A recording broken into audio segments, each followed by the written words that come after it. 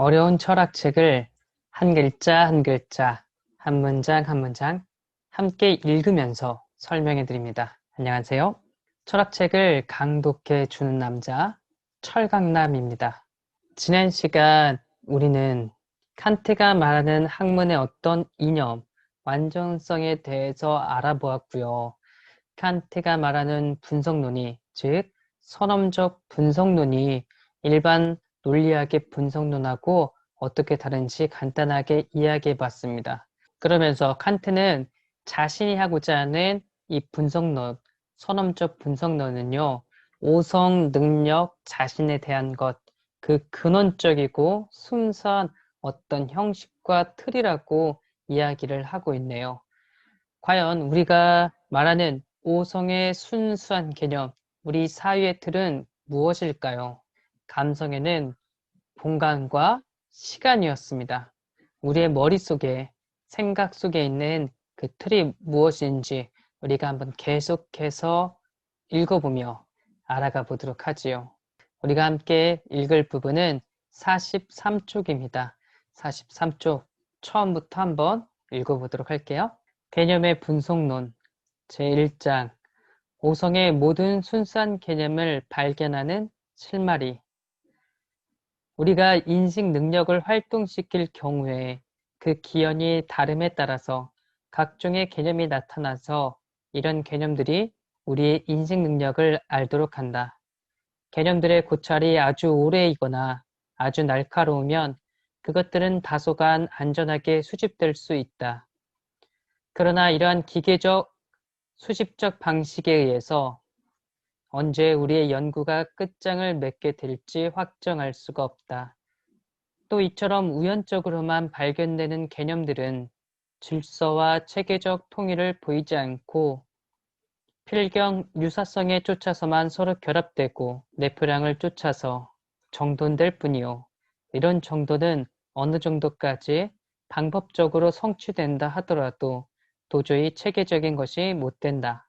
지금 우리가 읽은 부분은 칸트가 영국의 경험론적인 전통을 지금 비판하고 있는 부분입니다. 칸트가 보기엔 그랬어요. 우리가 무엇을 안다고 인식한다고 할 때는요.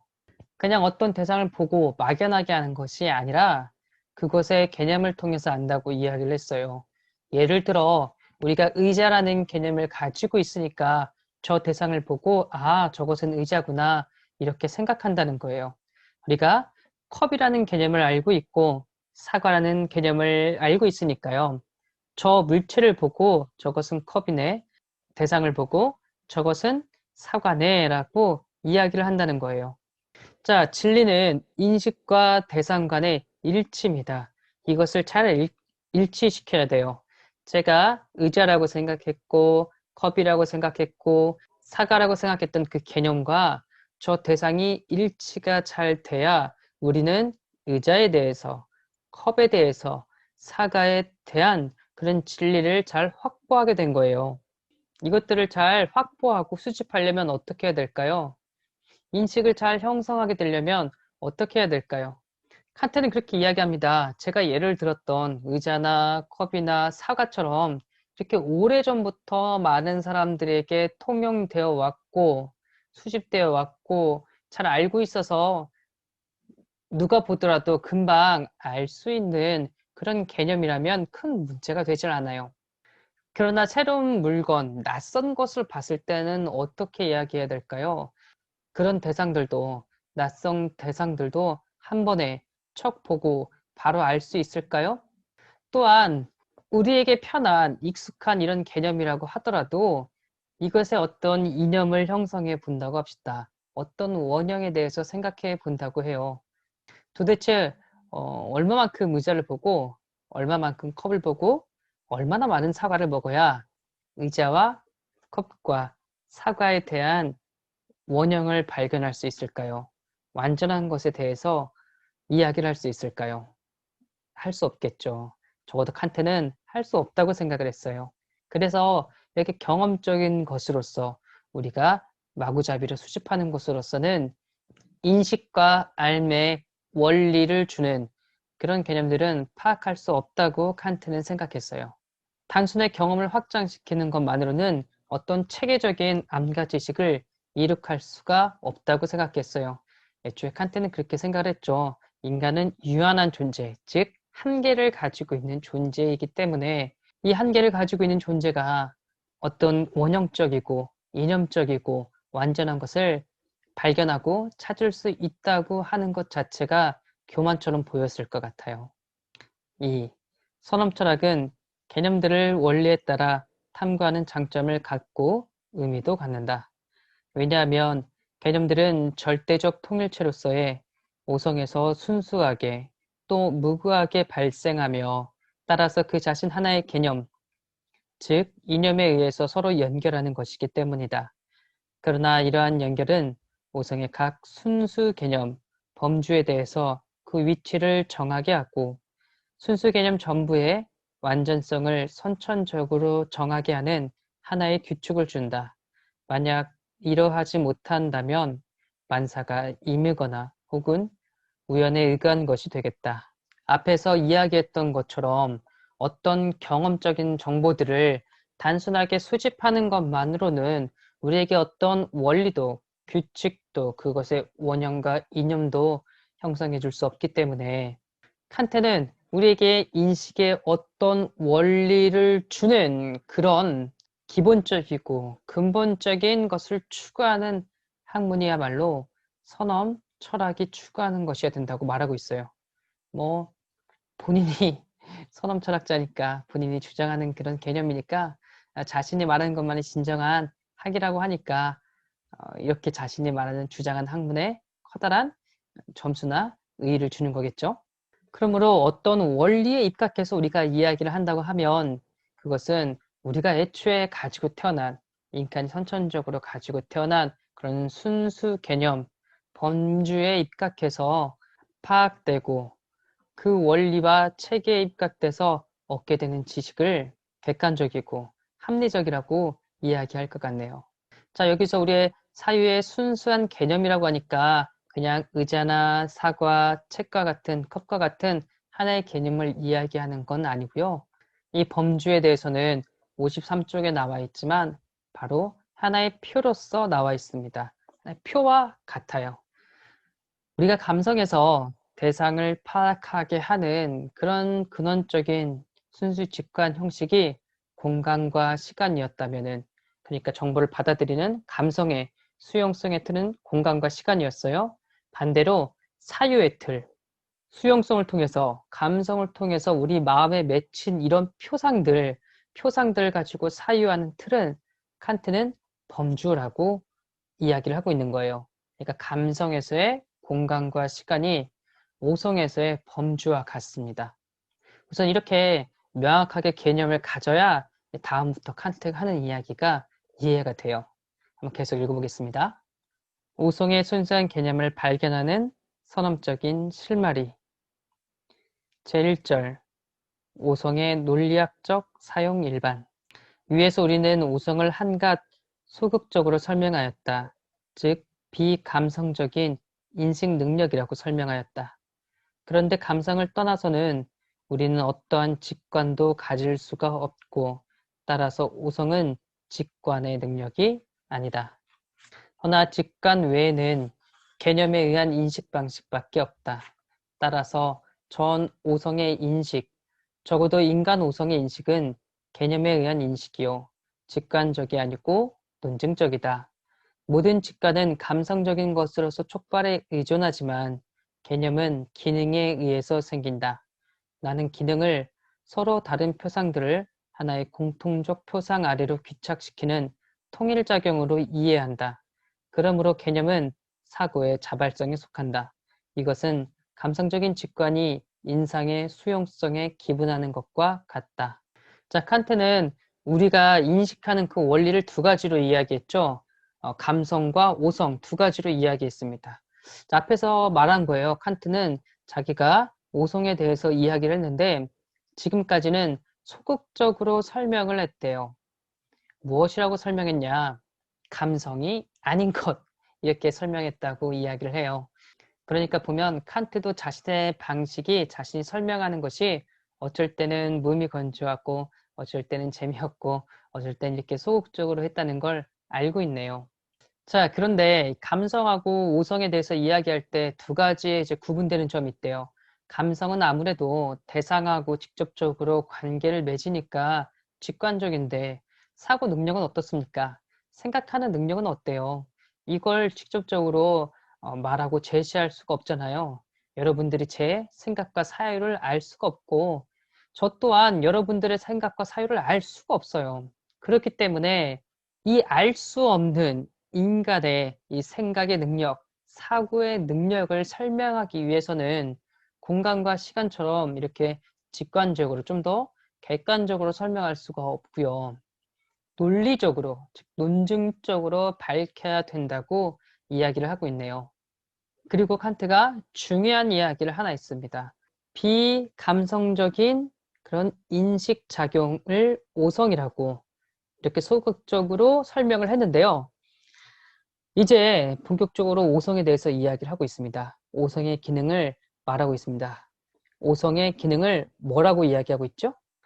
네, 통일작용이라고 이야기를 하고 있어요. 여러 가지 표상들을 하나의 표상으로 통일시키는 것이 이 오성의 기능이래요.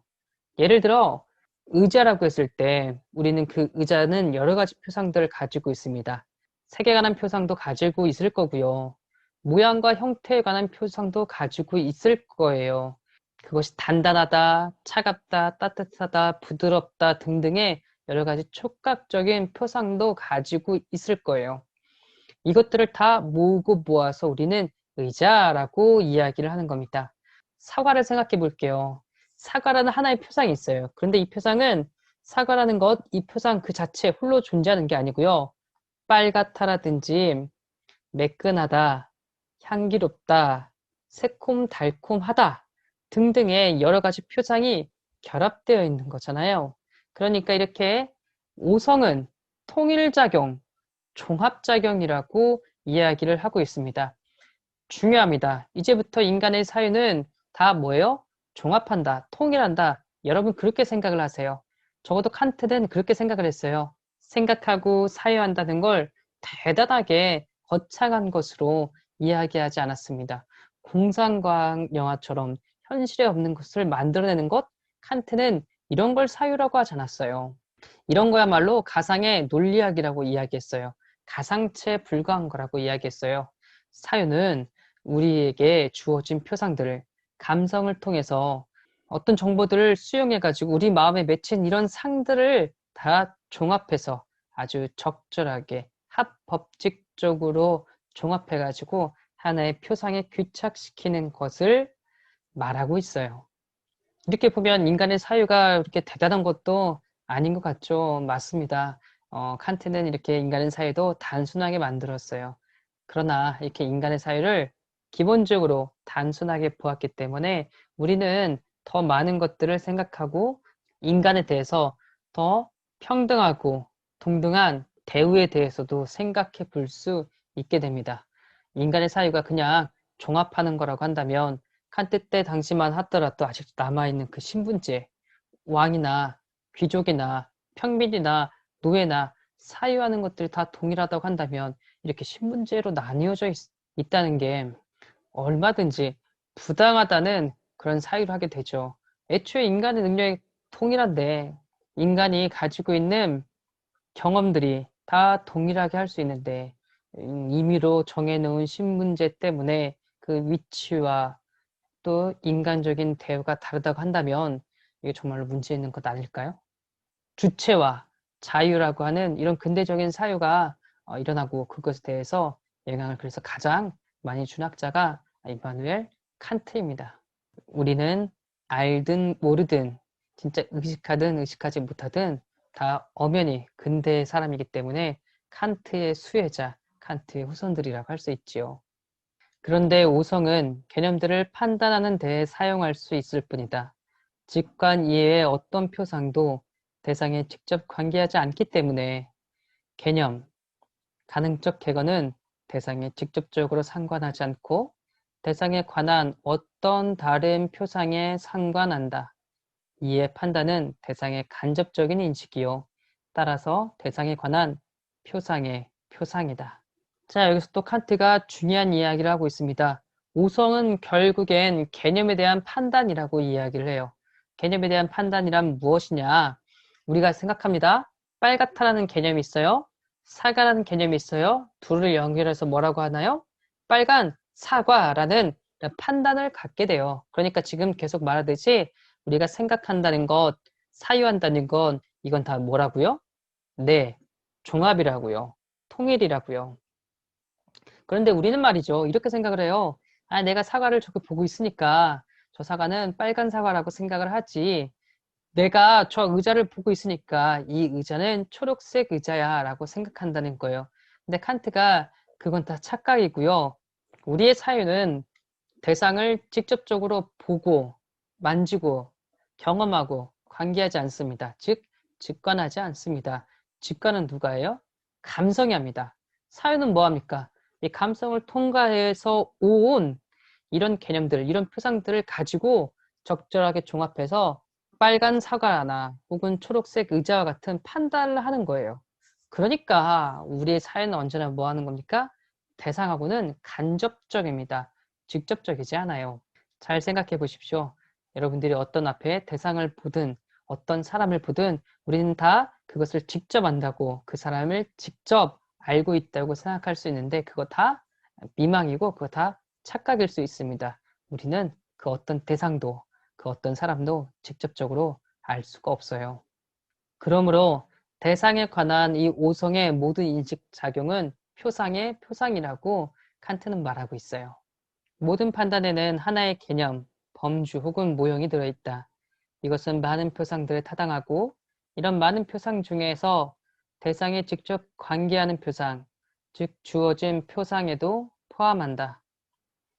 가령 모든 물체는 가분적이다 라는 판단에 있어서 가분적이라는 개념은 그 외에 다른 여러 개념에 타당하나 이런 개념들 중에서 그 개념이 여기서는 특히 물체 개념에 상관되어 있으며 이 물체 개념은 우리에게 나타나는 어떤 현상들과 관계에 맺어진다.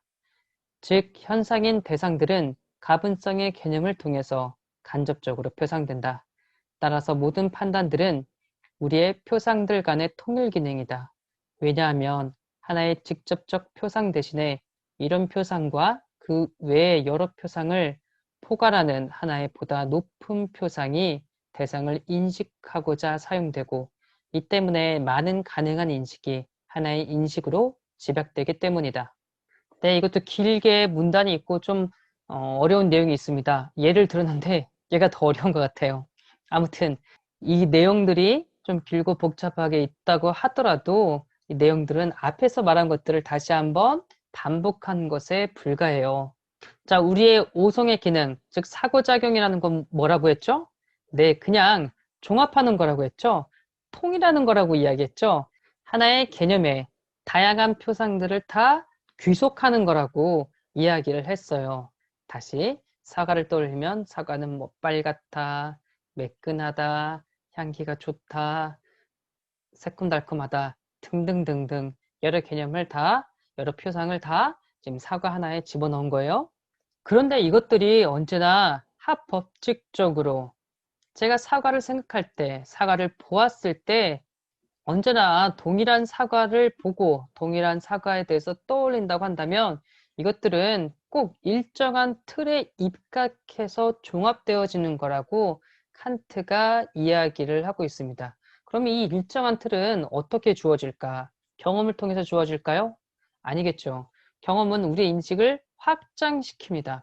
우리의 인식을 확장시킨다는 이야기는 나이가 많으신 노인분들이 나이가 젊은 청년이나 아이들보다도 더 깊이 무언가를 인식할 수 있다는 말이 돼요. 또 많이 배운 사람들이 별로 배우지 못한 사람들보다 많은 것들을 인식하고 알아갈 수 있다고 생각을 해요. 그러므로 인간에 대해서 구별하고 차별하는 것이 당연한 것처럼 여겨지는 거라고 말하는 것 같아요. 근데 칸트는 그렇게 생각하지 않았어요. 그런 것들은 경험에 불과하고요. 기본적이고 근원적인 원리는 다 동일하다고 이야기를 하고 있어요. 어른들도 사과에 대해서 생각하면 아이들도 어른들이 생각하는 그 동일한 사과에 대해서 생각하고요. 많이 배운 사람이 생각한 그 사과나 적게 배운 사람이 생각한 그 사과나 동일한 사과를 생각한다고 이야기를 하고 있어요. 많이 배웠기 때문에 책을 한 권 더 알기 때문에 더 유식하게 잘난 듯이 있어 보이게 이야기할 뿐이고요. 너희들이 경험이 더 많기 때문에 다양한 상황에 대처해 보지 못한 아이들보다 더 많이 잘 적절하게 대처할 수 있는 것 뿐이에요. 저와 여러분도 마찬가지예요. 제가 칸트를 벌써 수십 번을 강의해 봤기 때문에 여러분보다 조금 더 잘 이해하고 여러분에게 그나마 조금 더 쉽게 설명할 수 있는 것에 불과해요. 저나 여러분이 기본적으로 생각할 수 있는 능력이, 사유할 수 있는 능력이 동일하다고 생각되기 때문에 제가 지금 이렇게 또 알고 깨달은 것을, 공부한 것들을 나눌 수 있는 거예요. 제가 사유하는 방식과 여러분들이 사유하는 방식이 다르다고 해보세요. 우리 사이에 의사소통이 가능할까요? 절대 가능하지 않습니다. 그래서 칸트는 인간의 사유 이렇게 종합을 할 텐데 그냥 종합하지 않고 꼭 어떤 틀에 입각해서 종합한다 그래요. 그리고 그 틀을 범주라고 이야기합니다. 그리고 이 틀이 말했다시피 12가지 틀이거든요. 12가지 표거든요. 그래서 모형이라고도 이야기를 하는 거예요. 감성에서는 우리가 어떤 정보를 수용하는 틀이 공간과 시간 두 가지였는데 사유에서는 12가지나 되니 이렇게 인간의 생각에 대해서 사유에 대해서 파악하는 것이 더 어려운 게 당연한 것 같아요. 자, 인간이 언제나 이렇게 동일한 틀에 입각해서 사유한다는 걸 증명하기 위해서 칸트가 든 예가 있어요. 무슨 예를 들었죠? 모든 물체는 가분적이다입니다. 이걸 한번 보라는 얘기예요. 자, 모든 물체가 주어고 가분적이다. 이것이 객어입니다. 자, 객어는 쉽게 말하자면 서술어라고 생각하면 돼요. 자, 물체니까 모든 물체니까 어떤 사물이겠고 가분적이라는 말은 쉽게 말해서 분해할 수 있다. 이 이야기예요. 그런데 만약에 이 주어와 수어를 바꿔보자 이거예요. 분해되는 것은 물체이다? 이렇게 바꿔보자 이거예요.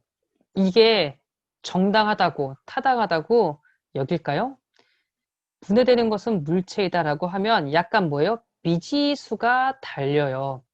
왜 그럴까? 인간은 선천적으로 어떤 사유의 틀이 있잖아요. 그 틀에 맞지 않는다는 거예요. 뭐냐면 모든 주어에는 물체의 개념이 와야 된다는 거예요. 수로는 뭐가 왔어요? 서술어에는 뭐가 왔어요? 객어는 분해할 수 있다라는 그런 개념이 왔잖아요. 이것은 물체 개념이 아니잖아요. 주어는 물체밖에 없다는 이야기입니다.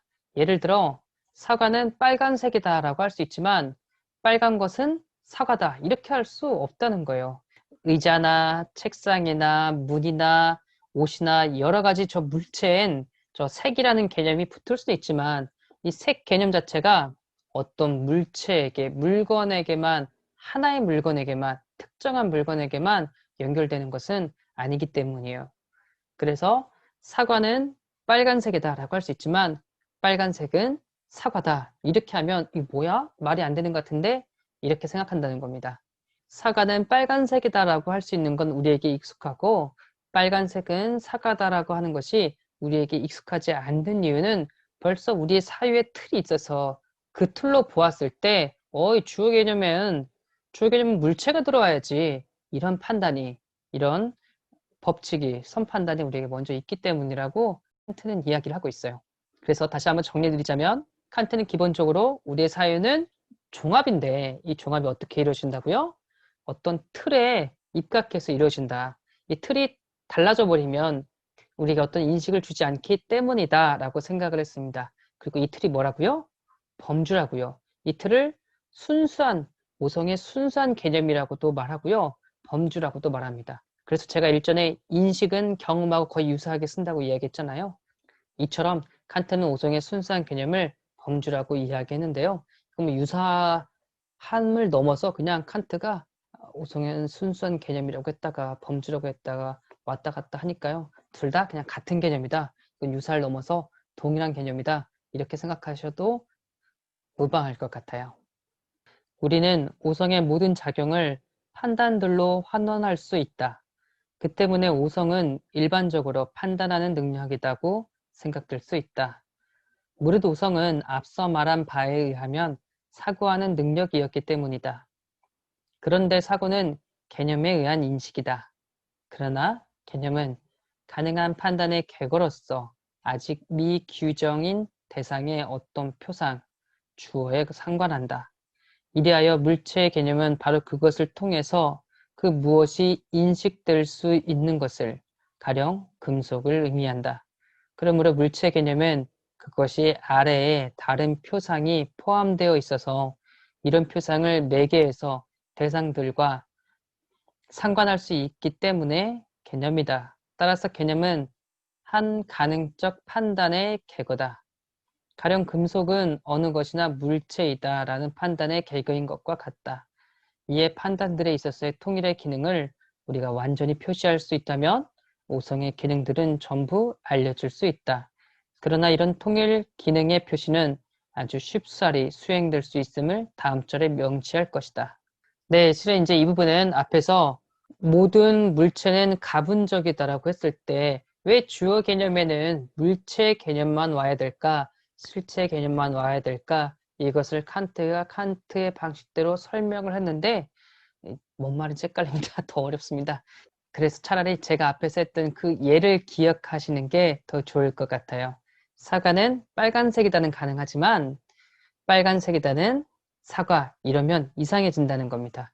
왜냐하면 자고로 개걸한 수로란 무엇이냐 저 물체에 대해서 설명해 주는 거래요. 그래서 그것이 어떤 것인지 무엇인지 규정해 주는 거래요. 그래서 사과를 규정해 주기 위해서 가을에 나는 빨간색 과일이다라고 우리는 수로로 개거로 표현해 주고 있대요. 그래서 사과를 결국 드러내 준다고 이야기를 해요. 이것은 사과다. 이건 뭐예요? 아직 규정을 안 한 상태예요. 사과를 가을에 나는 빨간색 과일이다 라고 했을 때 드디어 규정해 주는 거니까 이제서야 우리는 아하, 가을에 나는 빨간색 과일이 사과이구나 라고 인식하게 된다고 알게 된다고 칸트가 말하는 거예요. 이처럼 우리가 어떤 것을 주어에 놓고 어떤 것을 수로에 놓는 것인지 어떤 것이 옳은 판단이고 어떤 것은 좀 이상한데 잘못된 판단 같은데 이런 것을 굳이 설명해 주지 않더라도 우리가 알 수 있다고 한다면 바로 이렇게 오성의 통일을 가능하게 하는 언제나 합법칙적으로 이루어지게 만드는 그 틀이 존재한다고 우리가 이야기할 수 있겠죠? 그럼 그 틀은 어디에 있을까요? 과연 무엇이라고 이야기할 수 있을까요? 칸트는 바로 쉽게 알 수 있다고 다음 절에서 쉽게 알 수 있다고 이야기를 했는데요. 진짜로 쉽게 알 수 있을까요? 과연 우리 사고의 틀을 어떻게 쉽게 알 수 있는지 우리 다음 시간 계속 칸트를 보면서 공부하고 알아가도록 하지요. 긴 시간 어려운 내용 공부하시느라고 오늘 또 너무나 애쓰고 수고하셨습니다. 감사합니다.